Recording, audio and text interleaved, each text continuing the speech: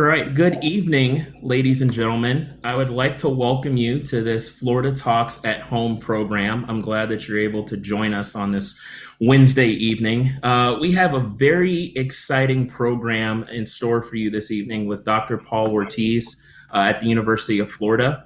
I'm going to give a little bit more of a formal introduction in just a second. I did want to mention just a few quick housekeeping items. As most of you, if you're logged on with a computer, you should be able to see a chat window to the right of your screen. This is where, if you're having some difficulties or if there are questions that you would like to ask Dr. Ortiz, you can go ahead and submit those questions and things in that chat window. I'm going to keep track, and then as we get to the end of the presentation, Dr. Ortiz has reserved some time to answer any questions that may arise. So with that, I'm going to go ahead and introduce the program, and then I'm going to turn it over to Dr. Ortiz. So again, I would like to welcome everyone to this week's installment of our Florida Talks at Home series. My name is Keith Simmons. I'm the communications director here at Florida Humanities. And normally, our organization works with cultural partners across the state to put on programs like this in person. But obviously, that can't happen right now. So our goal is to make this virtual series a regular event until it's safe for us to convene once again in person. Next week's event, I just wanted to let everyone know, is on September 23rd at 6 p.m. And it's going to feature the story of the settlement of Rosewood, which is in North Central Florida. You can register for that event on our Facebook page or by going to our website, floridahumanities.org. At the end of tonight's presentation, you will receive a short feedback survey via email. We would greatly appreciate it if you would take the time to fill out that survey. We'd love to get feedback on the way the program went, the way that the technology worked, all those things, so we can continue to improve this program on a weekly basis. If you have any questions for the speaker, again, please type them in the chat field in the bottom right of your screen, and he will be more than happy to answer them at the end of the presentation. And so again, tonight we welcome Dr. Paul Ortiz. He is the director of the Samuel Proctor Oral History Program at the University of Florida. The Proctor Oral History Program specializes in community-based oral history fieldwork that places University of Florida students in direct contact with individuals in diverse groups across the country. And tonight, Dr. Ortiz is going to talk about the Ocoee Massacre, which the 100th anniversary of that event is something that we will observe in just a few short months. And so with that, I'd like to turn it over to Dr. Ortiz. All right, well, thank you so much, Keith. Thank you to the Florida Humanities Council for doing the work and for just being amazing and having a great ripple effect all throughout the state.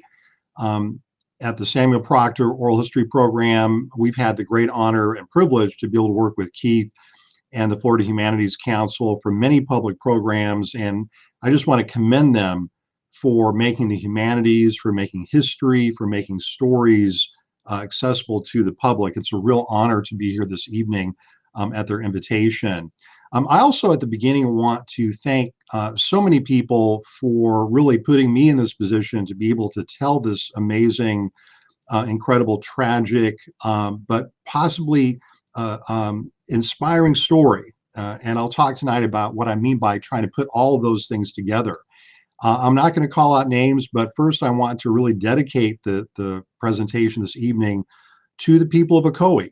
I've had the incredible and humbling honor of going to Ocoee, of being there, being invited in first when I was a graduate student at Duke University, when I just learned about this story in the 1990s, and a group of local people brought me in, kind of adopted me, told me the story, and took me to different places where African-American neighborhoods and communities had been before white residents had driven them out on Election Day and the aftermath.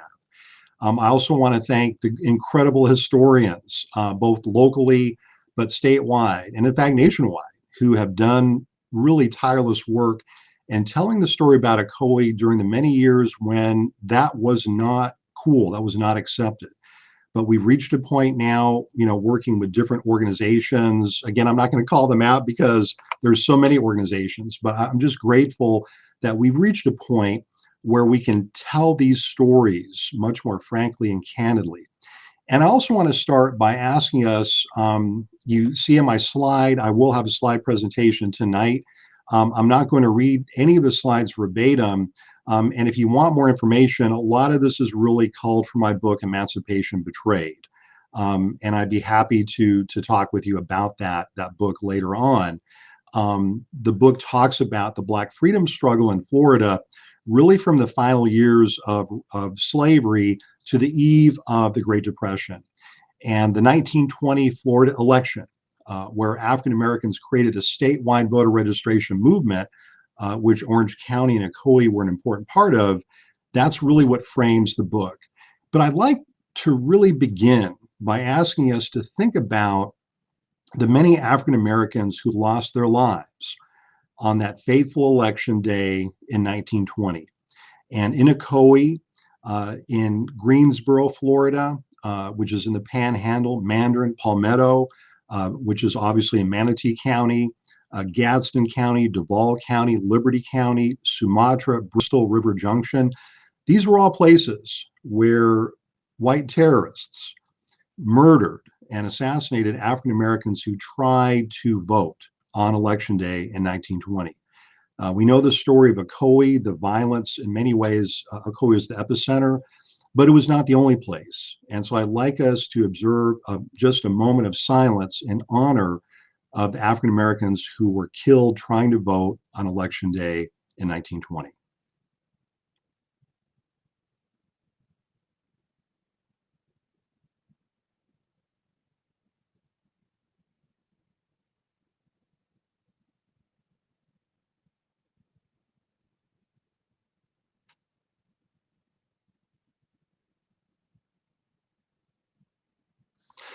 Thank you so much. I want to begin by introducing you to some remarkable individuals. And my presentation tonight is really talking about one of the most incredible social movements in American history. And that's the movement that African Americans in Florida, in Ocoee, in Jacksonville, in Tampa, in Gainesville, in Miami, and all across the state, the social movement that they put together at the end of World War I to regain the right to vote, to challenge voter suppression. And I want to begin with Mrs. Bethune, Mary McLeod Bethune. And I won't read all of this. And again, you can read this in Emancipation Betrayed. But you have to remember, when people like Mrs. Bethune talked about equality, human rights, and dignity, equal citizenship, she meant it. There was no compromise with Mrs. Bethune. And she is one of the major leaders of the 1920 voter registration movement. She famously says on the eve of registration to Black men, eat your bread without butter, but pay your poll tax. Mrs. Bethune saw World War I as the main chance for African Americans to regain the rights of citizenship. And I'll explain what she meant in a few moments. But here she's trying to emphasize the fact that Black people have fought in every war in this nation's history, should already have had equal citizenship by 1919. But guess what? Black people play a major role in mobilizing for World War I. Many African American men served in France, and I'll talk about some of those stories in a few minutes. But Mrs. Bethune, keep her in mind because she's a key local organizer in Daytona, statewide as the leader of the statewide Florida Colored Women's Clubs, and region-wide too. Matthew Louis. This is another important theme in the Florida voter registration movement of 1919-1920. So the first theme is the power of women's organizing, women's suffrage, the role that people like Mrs. Bethune played in the Black freedom struggle. The second theme I want to highlight is intergenerational organizing. When we think of social movements, we often think of young people, right? We think today, when we think of Black Lives Matter, for example, we think of, wow, it's so inspiring that so many young people are getting out there, registering to vote in the streets, trying to change things. That's really cool. But for a social movement to make headway, it has to be intergenerational. It has to involve young people, middle-aged people, and older people. And Matthew M. Louis is a personification of this. And again, I'm not going to read the entire slide, but I want you to think about the fact that this is a man born in 1845. Matthew Louis served his country in the Civil War. He fought in the 55th Massachusetts Volunteer Infantry. He was severely wounded in combat for the Union Army. He barely survived his wounds. And he did survive, though, lucky for us. He convalesced, and at a later period, he was called by his fellow Union Army veteran, Josiah T. Walls. And if you know anything about Black history in Florida, you know that name, Josiah T. Walls. But tonight, I want you to learn about Matthew Louis, too, because he is a Black political organizer and leader during Reconstruction, and he's also active in forming the first interracial independent political party in the Deep South, which, by the way, was started in the place I'm talking right now from, Gainesville, Florida, in 1884. Matthew Louis founded the Gainesville Sentinel newspaper, which became the Florida Sentinel newspaper. He was a leader of the 1905 Pensacola streetcar boycott against segregation because he moved to Pensacola by then. And he's also a leader of the Florida voter registration movement of 1919, 1920. Now, just imagine what this means.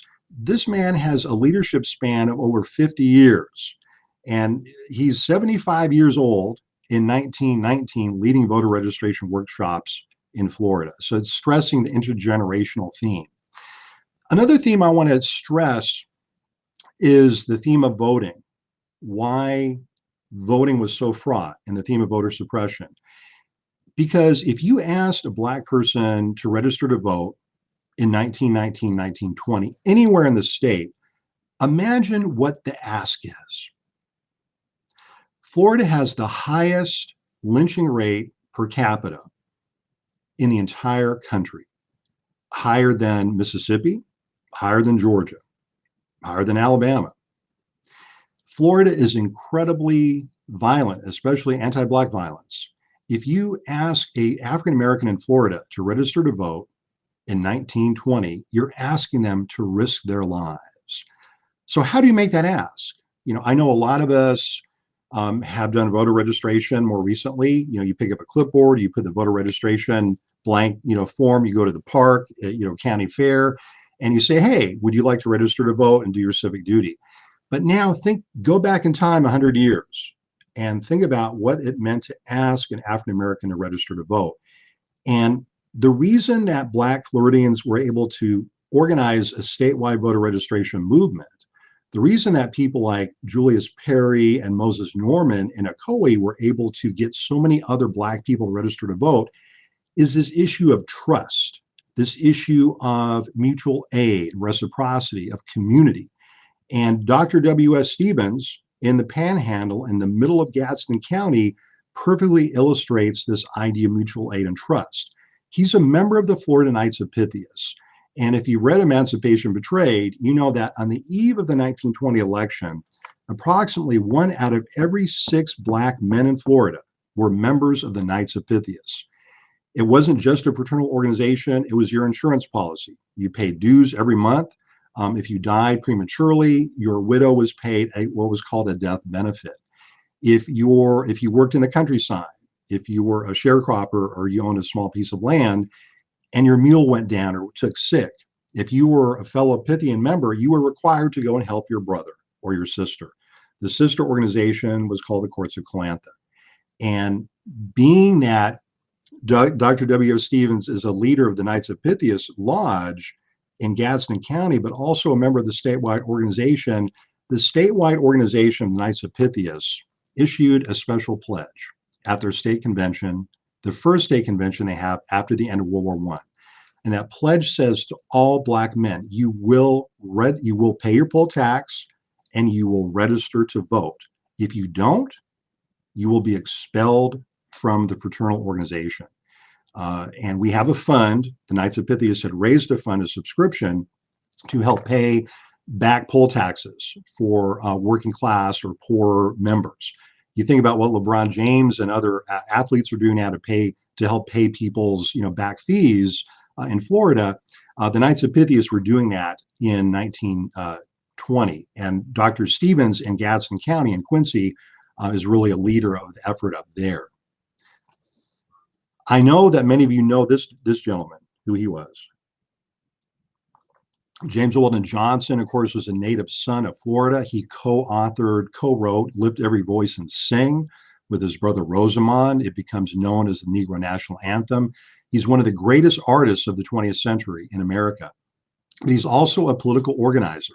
He becomes very active in the NAACP.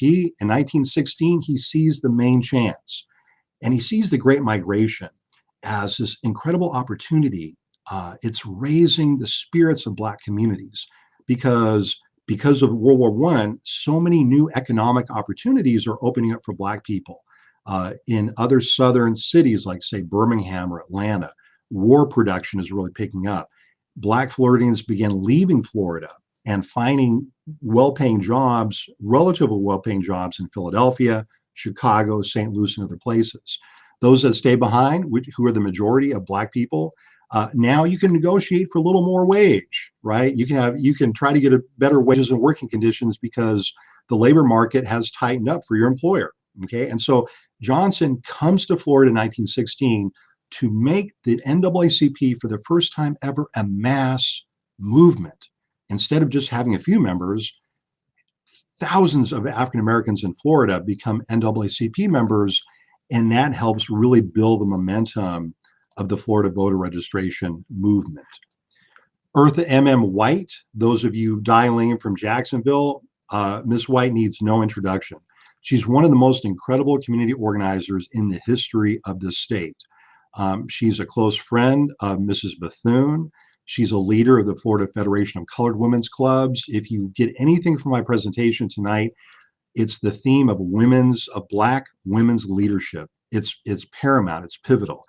Because even before Black women in Florida gained the right to vote with women's suffrage amendment, with the 19th Amendment, right? Even before that happens, Black women like Eartha M.M. White are leading voter registration workshops right at the end of World War I. As their young men are coming home, they are people like Eartha White, Mrs. Bethune, Lisa Collier, and Orlando, and others are signing up and making sure that men are registering or paying their poll taxes and registering to vote. Now, an interesting fact of that first season of women's suffrage, women, Black, white, Hispanic, otherwise, don't have to pay a poll tax, even if they live in a state where a poll tax has been implemented. You all know what a poll tax is. It was designed to cut down, especially African-American voting. But if you never were eligible for the right to vote up until the Women's Suffrage Amendment passes, you don't have any back poll tax you have to pay. So this gives kind of an advantage to the Black voter registration movement. That's very important. And again, the theme of World War I is interesting. And I want to pause for a moment to talk about the impact of World War I and Black citizenship. So I already told you that Mrs. Bethune was very fond of telling her white audiences, look, we have fought in every war in this country's history. We have built the Americas. Our labor built the canals up north that build the slave labor camps, the plantations, the tobacco, the cotton, the sugar, the indigo. You know, our labor built this nation. So we have nothing to apologize for. We have nothing to beg for. We should have had equal citizenship from the very beginning of this republic. But World War I gives African Americans an edge, and Eartha White exploits that edge. And let me explain what I mean by this. There's three things you should know about World War I. Number one, it was a very unpopular war. There was a lot of dissent against the war, North and South.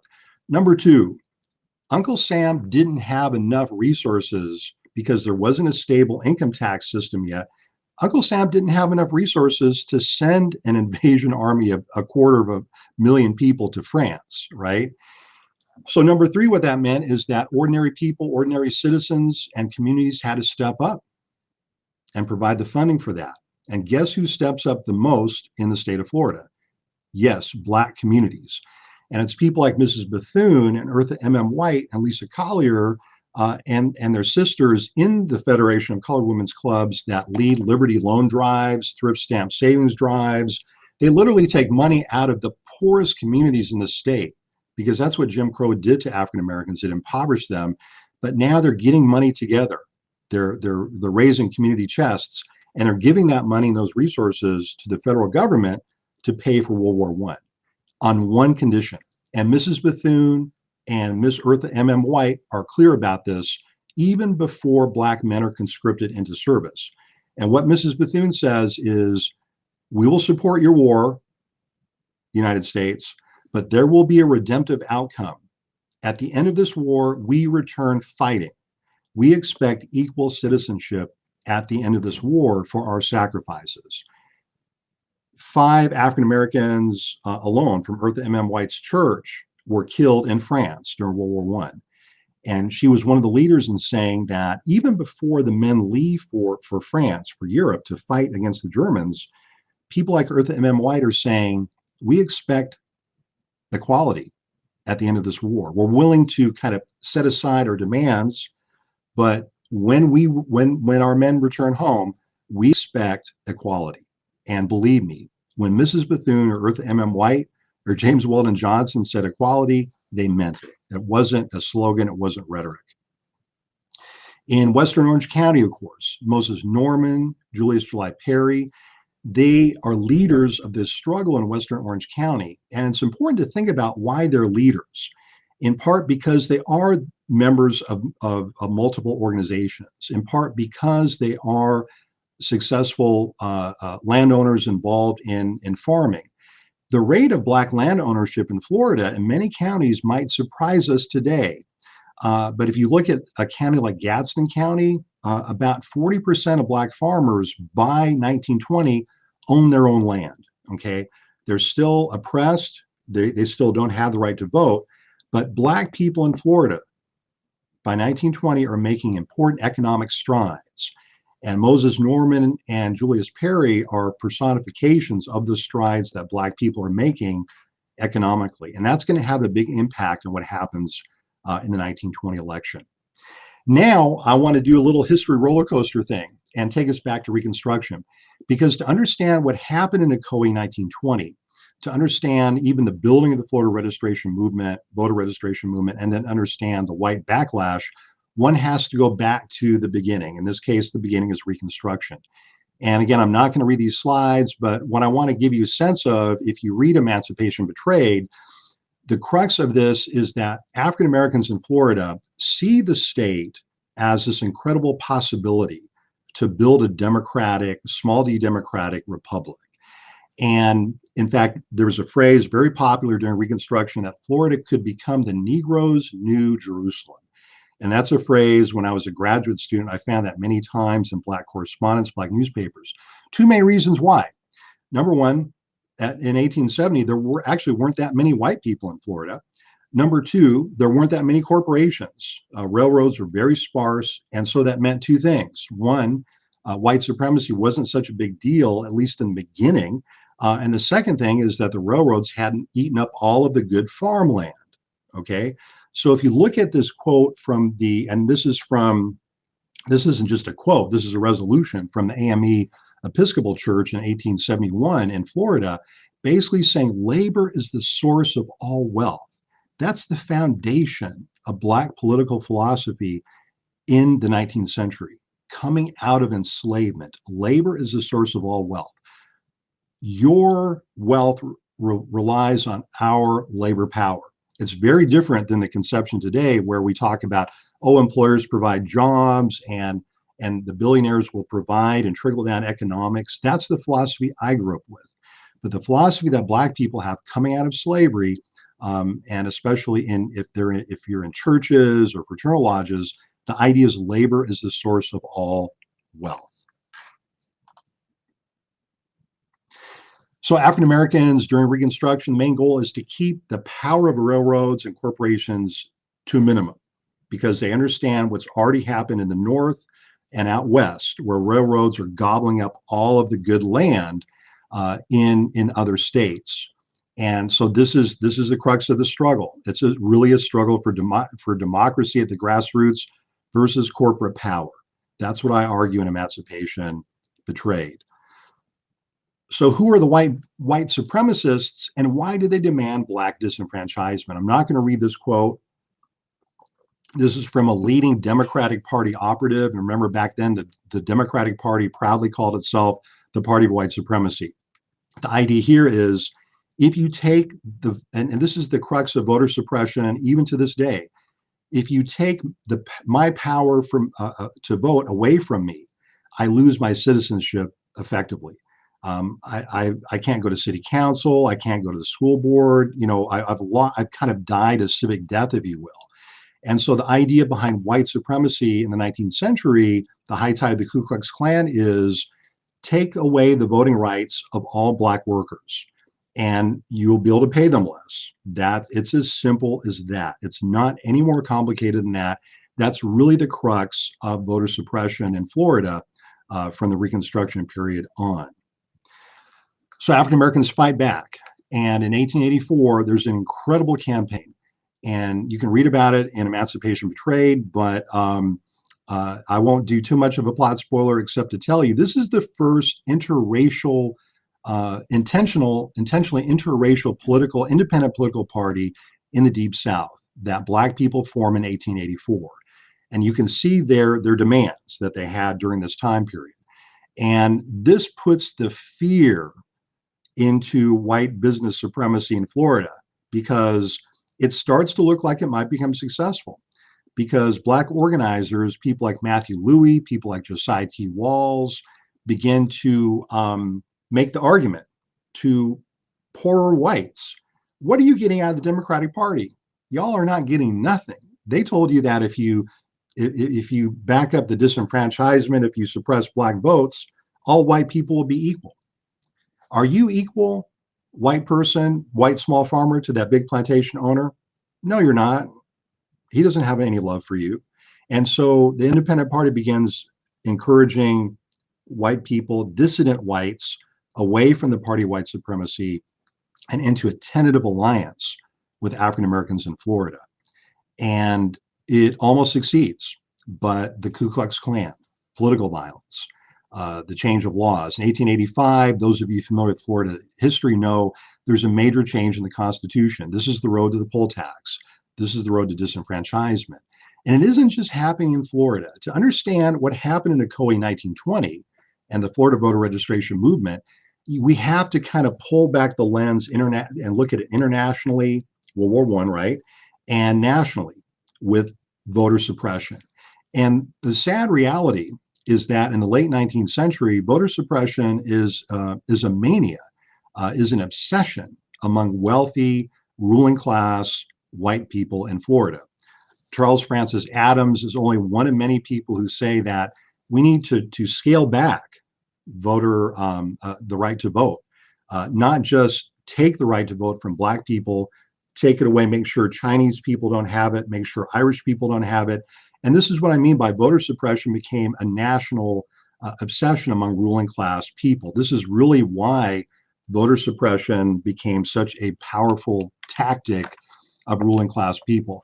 Now let's dial back to Florida and let's take a look at what Florida education looked like in 1930, because this is another key to understanding why voter suppression was so powerful in Florida, but it's a key to understanding what Black Floridians in Ocoee and Daytona and Jacksonville and so on and so forth are fighting against and fighting for. Number one, they're fighting for their families, and that means education, and that means trying to create an equal educational system. The dominant aspect of Jim Crow segregation in Florida was to take economic resources in the form of taxes and others away from Black communities and redistribute those into white schools. And you can see here the shocking percentages, the differences. I'm not going to break these down, but I mean, look at my own county, Alachua County, the largest city in the county. This is, by the way, compiled through census data.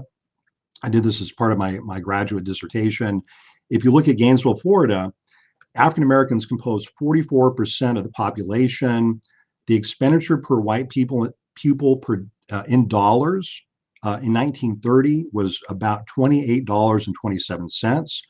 For Black peoples, it was $5.90. Think about that. Think about the incredible differences and the radical inequality that Jim Crow and voter suppression made possible. It doesn't get any better if you go further in the state. You may think, oh well, back then Gainesville was part of reactionary northern Florida. No, it doesn't get much better in Orange County, where July Perry and Mose Norman were organizing. Look at the radical inequalities here. And I want us to get a sense of why Black Floridians were risking their lives to try to vote in 1920. They're trying to create a better way of life for their families and for their children. And segregation makes that impossible. It's a degrading system. It degrades you from day one. And so just kind of keep that in mind. By the way, I'm happy to provide the slideshow. If anyone wants it, you can just email me. Andrew Carnegie, again, thinking nationally about voter suppression. This to me is a shocking quote. Not shocking because Andrew Carnegie is arguing against voters, or he's arguing against the right to vote, but it's shocking because he's a liar. He lies here very bluntly. He tries to give one the impression that he's lived next to African Americans in the South. Well, it's not true. He's from Scotland. He never lived among Black people in the South. And so by making this outrageous claim and by arguing that voter restrictions are needed, what he's doing is essentially saying, hey, I understand ruling class white people in the South need to disenfranchise their workers because I want to do the same thing up here in Pennsylvania. I want to disenfranchise those immigrants who are working in my mills. I don't want them to have any power. That's all Andrew Carnegie is saying. So this is the world that African Americans are organizing against in 1920. And what I want us to think about again, when we think of Moses Norman and Julius Perry, is these men had become successful Black farmers. They employed other Black people. They're making social economic gains. And now they're going to try to translate those gains into political rights, into equal citizenship. And something horrific happens. And this is where we situate the Ocoee Massacre with the national tragedy. The national tragedy is this. African Americans have made tremendous gains really from the end of Reconstruction to World War I. The Great Migration has kind of has sped up those gains in many ways. It's helped improve wages and working conditions in the South.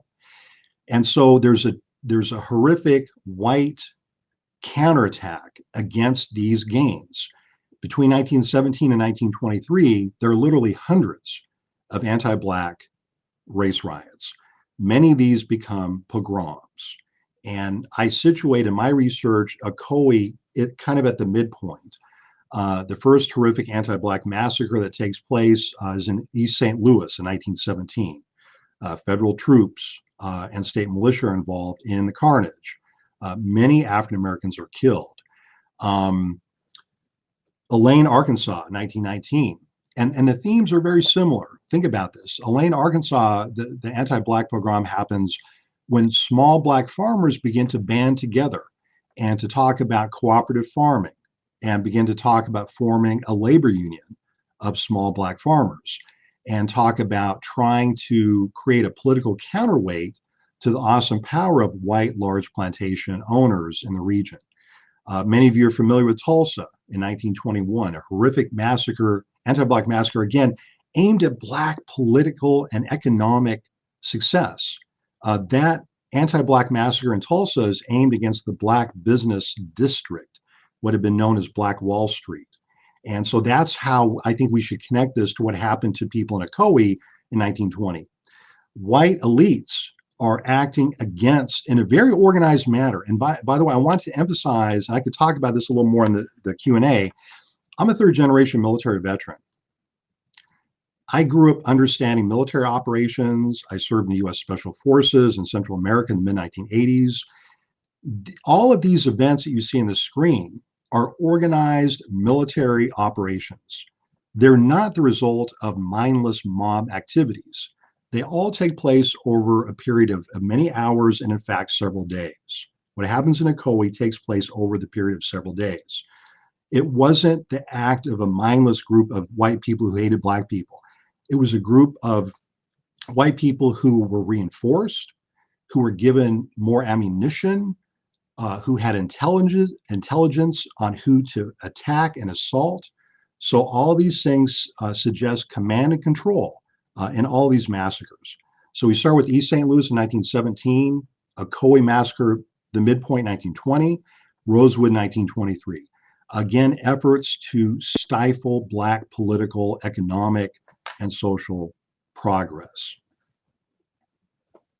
So kind of moving towards a conclusion, African Americans in Florida, again, think about what it means to ask a Black person to register to vote, but also think about what Black people are trying to earn, to win back the right to vote, to win the right to have equal schools, to win the right to be paid equal wages, to win the right to be able to walk freely and not have to jump into the street if a white person is walking past or walking towards you on a sidewalk, right? Really the right to be a free citizen. The women's suffrage amendment is pivotal. It cannot be overstressed. But again, the thing I want to remind us is that African-American women in Florida were very well organized. And you think about Mrs. Bethune, and I'm not going to read the entire script here, but essentially she's a national leader by this point. She has national connections. And it isn't just Black people in Florida, by the way, who are reorganizing to get the right to vote. They're active in all southern states. It's just that in Florida, Florida's a little better organized because of the Knights of Pythias, because of Black labor unions have a little more strength here, because the Florida Federation of Colored Women's Clubs is very well organized. Black insurance organizations also play a role. Lewis, I found in the archives. And so think about African Americans in Florida as having these really vibrant networks and being able to come together. And the phrase that I find very important here is what Mrs. Bethune talks about, the need for a Reconstruction movement after the war, after World War I. Think about what that means, Reconstruction, okay? The unfinished legacy or the unfinished business of Reconstruction. She's a member of the National Association of Colored Women's Clubs.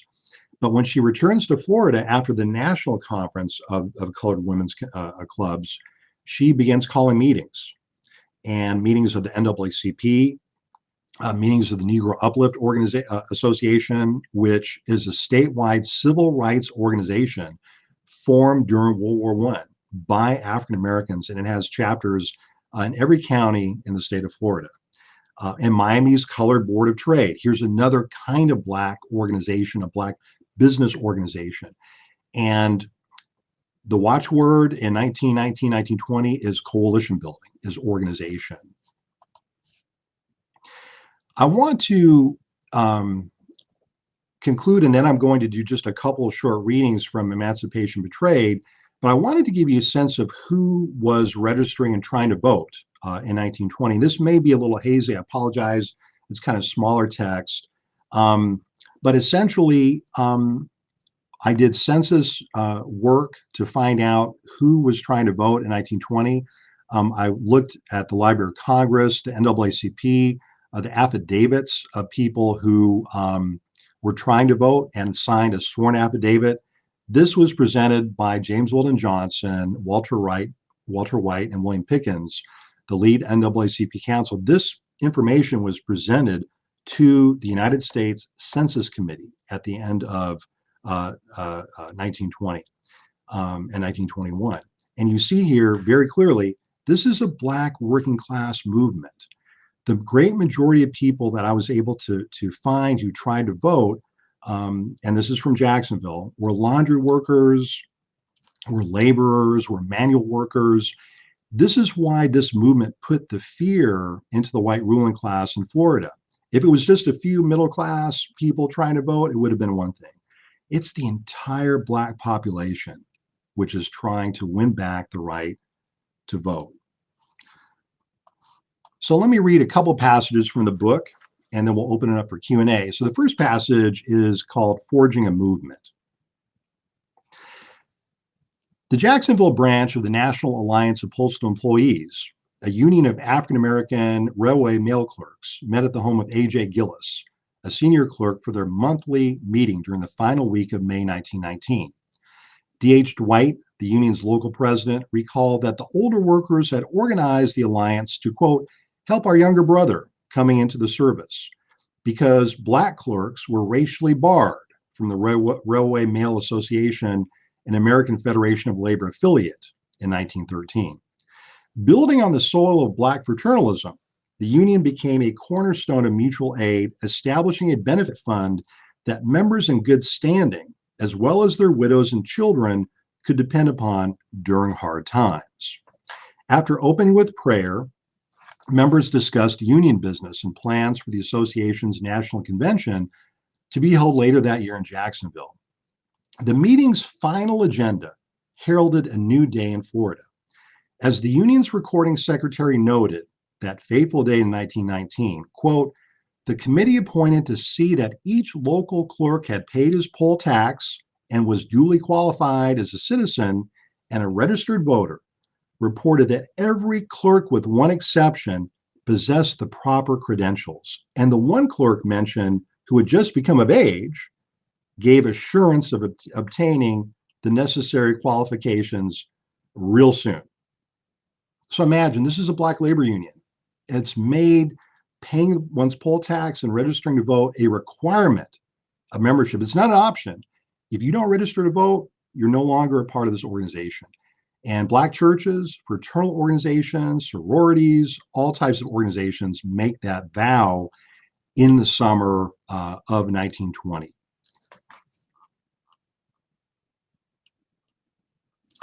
In conclusion, I want to start conclude on a kind of a somber note, but to think about what it meant for the Black voter registration movement to be defeated. The Ocoee Massacre, of course, as we know now, was one of many anti-Black acts of violence against Black attempts to vote. What would have happened if African Americans had been able to breach the wall of one-party rule in Florida? The larger edifice of Jim Crow might have crumbled decades earlier. It is now easier to understand continuing voter suppression, the 2000 election debacle in Florida. Underneath the media circus of hanging chads, Republican mobs, and sore Democratic losers is the fact that thousands of African Americans, as well as significant numbers of Latinos and Haitian Americans, were wrongly purged from the polls and prevented from voting. To be sure, there were important differences between the election days of 1920 and 2000. Open violence gave way to surreptitious poll purges. The final results of both elections, however, were strikingly similar. The nation lost control of its most sacred political institution because it could not deal forthrightly with its oldest and deepest social problem, racial oppression. The Florida movement teaches that hitherto powerless individuals may come together to formulate the boldest social justice agendas, but they must organize first. The movement gave its participants the confidence to think large. African Americans drew on personal ties and mutuality to create a politics that addressed the needs of ordinary people. This is the true genius of the Florida movement of 1919, 1920 in Ocoee and many other towns in Florida. Black Floridians assumed that all people deserve dignity and equality. African Americans brought their dreams for a just world into the society and into the nation's voting booths. The only way to honor the prodigious sacrifice is to carry on the struggle. And I'll conclude with a call for action, just as if we were back in 1919, 1920. And my question is, what are we going to do to tell the story of the Ocoee Massacre and to make sure it's never silenced or covered up or forgotten again? The state of Florida has gone a certain distance because now they've required us to teach the story about what happened in Ocoee in our schools. But how are we going to do that? We already have a statute on the books here that requires African American history to be taught. I would submit that as citizens, as parents, as students, we've got a lot of work to do. We have to roll up our sleeves and go to our school districts, make sure this history is taught, make sure that our students have this content. So I thank you for your indulgence. I know I went a bit over, but we want to leave time for some questions and dialogue. So Keith, I guess I'll turn it over to you.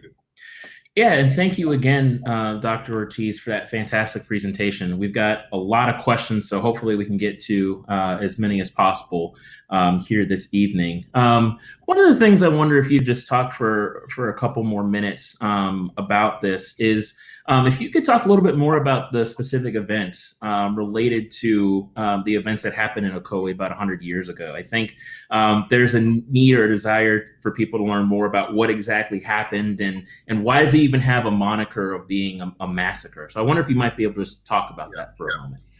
Well, as I mentioned earlier, there were other anti-Black massacres that occurred in Florida, but in Ocoee, because of Ocoee's proximity to Orlando, there was more news, there was more information that leaked out about what was happening to African Americans in Ocoee. I've also found a lot of evidence for the same types of incidents, massacres that occurred in Liberty County, also near Sumatra in Gaston County, but there was the media was much sparser there.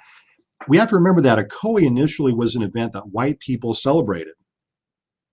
It's in the front pages of all the regional local newspapers. And the news about it is almost, it's frankly delivered in a celebratory manner. We taught those African Americans what would happen to them if they tried to vote. And that's really the tenor of the early white media coverage. However, there's no grand jury, and there's also an official cover-up. What happens in the months leading up to Election Day in Ocoee is really similar to every other place in Florida that had a Black voter registration movement.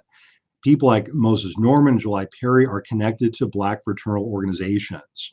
They're part of statewide organizations which are requiring members to register to vote. And so they're urging each other on Sundays, in between work breaks, hey, if you're a man, go pay your poll tax. If you're a woman, be ready for the day when women's suffrage passes. And we know that in Orange County, and this is an amazing thing that shows how well Black women are organized. The day that suffrage passes and receives its ratification, that very first day that Black women have, first of all, the right to vote, they're lined up to register around the block. Now, what happens in Ocoee is that the city leaders, there's a gentleman who is the registrar, and he's pulled away from his duties because Ocoee officials can't figure out how to stop Black people from registering to vote, especially Black women. And again, this is the same pattern that holds all throughout the state of Florida. And so there are a number of major Ku Klux Klan marches that take place. There's a big one in Orlando. There's a big one in Daytona. There's a big one in Jacksonville. There's one in Miami. So there's threats. Stay home during Election Day. Don't even try to vote. But we do know that Moses Norman and Julius Perry go with a certain number of African Americans and try to vote on Election Day. Now, what happens there, I would encourage folks, the Orange County Regional Museum, and let me make sure I have the proper name of this. The Orange County Regional History Center is putting together a remarkable exhibit on the Ocoee Massacre. And there you can find kind of a very fine-grained description of what happened there in the months leading up to Election Day and also the aftermath, which is just as important. Okay, fantastic. One of the other questions that I think sort of came up is a little bit back in your presentation when you were talking about some of the disparities in education spending. And it looks like there's a really high amount of spending for students in Jacksonville or Duval County for Black students compared to other locations in the state. Do you know, is there something that we can attribute to that higher spending? Is it the presence of individuals like Miss White and Miss Bethune? Is it just, some other circumstance? Why is it higher there compared to other parts of the state? I think you're right, Keith. I think that it really has to do with the level, Eartha M.M. White, but even her mother before her, the Johnson family, even though James Weldon Johnson uh, had spent a lot of time up north, it's constant organization, it's constant pressure. But remember, though, it's still very unequal. Black education is marginally better funded in Jacksonville than it is, say, in Gainesville or points further south, but it's still pretty radically underfunded. And but again, getting back to I think the spirit of the question, it's all about organization. And if you don't have the organization to demand changes, then you cannot expect the people in power to do the right thing. And I think this was really the that's why education was such an important part of the Florida voter registration movement. Okay. Institutions, right? Bethel Baptist Institutional Church. I want to just lift that incredible church up. In the chat bar, the Florida Star, there was a very important Black press in Jacksonville as well to put pressure on authorities. Remember, Bethel Baptist Institutional is the leader of Black political organizing going back years. In fact, in the 1905 streetcar boycott against segregation in Jacksonville, it's really the members of that church who were in the forefront of organizing the struggle against segregation. Yeah. And speaking of institutions, one of the organizations that you mentioned in your presentation is the Knights of Pythias. And I wonder if you could talk a little bit about the legacy that you know of that organization. Is it something that's still around? Has it been sort of superseded by a different organization? What's sort of their legacy been after this period where they're particularly active? One of the things that I learned, Keith, in doing the research for Emancipation Betrayed is that organizations like the Knights of Pythias, the Courts of Calantha, the sister organization to the Knights, the Elks, the Masons, these were absolutely vital Black organized institutions, which really promoted the survival and economic success and endurance of Black communities. And the Knights of Pythias really, the power of Black fraternal organizations in some ways peaks in the 1920s. And then a terrible thing happens in the 1930s, the Great Depression. And for people undergoing economic privation, the first group you turn to is your lodge, is your fraternal organization. And so fraternal lodges, their treasuries are dried up. A lot of them go bankrupt in the Great Depression, like a lot of different organizations do, right?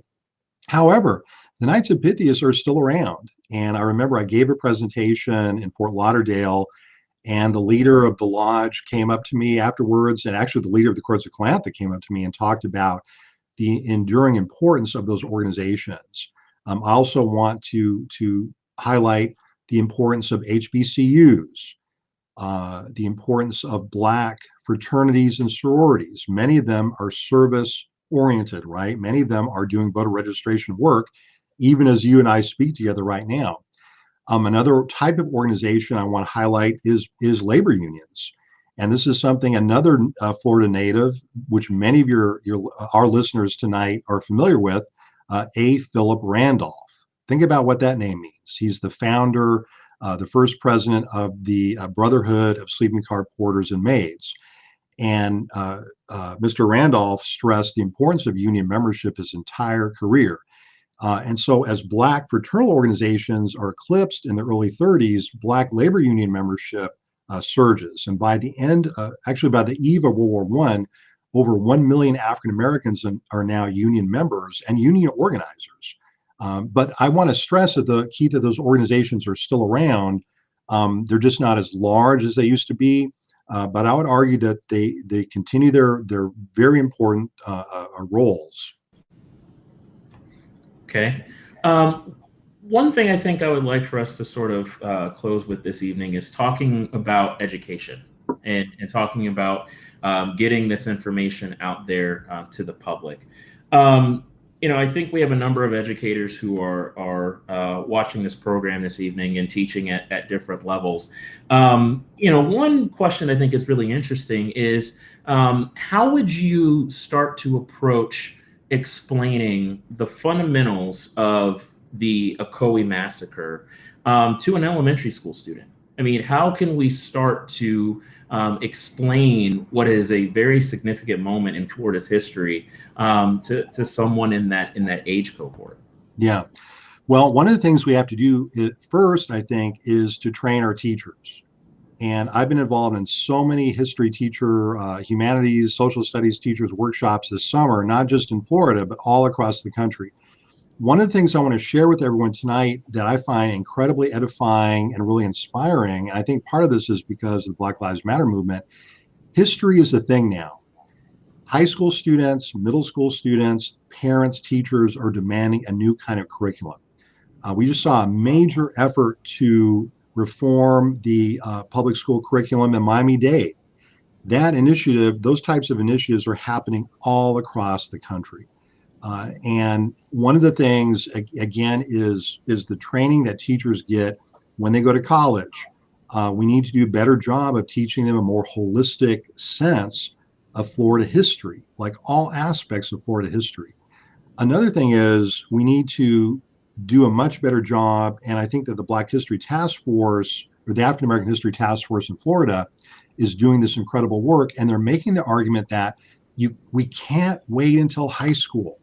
We can't wait until college. And too often, Keith, in the past, I'll give you one example. So a lot of my students at the University of Florida, when they take my history classes, they're like, why did I have to wait until college to learn about the civil rights movement? Why did I have to wait till college to learn about slavery and Jim Crow? Why couldn't I have learned about that in middle school or K through 6? Because that's when it really needs to begin. We begin to start teaching it. So I guess my elliptical response to your very direct question is we've got to prepare students from an much earlier age in primary school to think about slavery, to think about Jim Crow, to think about the civil rights movement. And if we can do that, then we can much more easily teach about the Ocoee Massacre. Because if we've given students the fundamentals, the Ocoee Massacre is no longer this kind of isolated, horrific, almost horror movie kind of event. It's really becomes part of American history. And yes, it was a tragic event. Yes, it was disaster, a catastrophe. But look at what we're doing now. We're saying, let's learn from this. Let's not forget the victims of the event. Let's lift up their example. Let's do what we do when we talk about military veterans, right? You would never hear the argument that says that, oh, let's not talk about World War II because 400,000 Americans died, right? We try to tell those stories, the stories of heroism. We tell the stories of tragedy. We tell the stories about Pearl Harbor. Those are intense stories. Now, if we can tell those stories to primary and middle school kids, we can handle the histories of slavery and Jim Crow and the civil rights movement. And I can tell you that, again, a lot of teachers and a lot of school districts in Florida are doing the work. They're beginning to really reform and expand and make school curriculum more inclusive. But it's going to take a collective effort. And again, Keith, I think it's going to take parents, students, teachers, support staff, concerned citizens. You don't have to have a child in public school to care about this issue, but it's going to take all of us kind of working together to make this happen. We certainly at the Samuel Proctor Oral History Program, we do a lot of history workshops, and I see a lot of people on the line actually who do history workshops in their respective counties and regions of Florida. We do need more support. We need more help. We can always use more assistance, but let's make it happen. This is our time to do this. No, I absolutely agree. And I think that this has been really the start of that conversation in terms of bringing events like this more into the forefront. So, again, Dr. Ortiz, thank you for the conversation this evening, for this fantastic presentation. And thank you to everyone who has joined us across the state of Florida. We really do appreciate you being here this evening. As I mentioned, we're going to send out a survey, and Dr. Ortiz is also willing to make this presentation available. And so we can also let you know ways you can contact him for that presentation and for any other information that you might have. So again, I hope that you're able to join us later this month on September 23rd when we have another conversation related to Rosewood. I think it's also going to be very exciting. So again, thank you very much, and we'll see you soon. All right.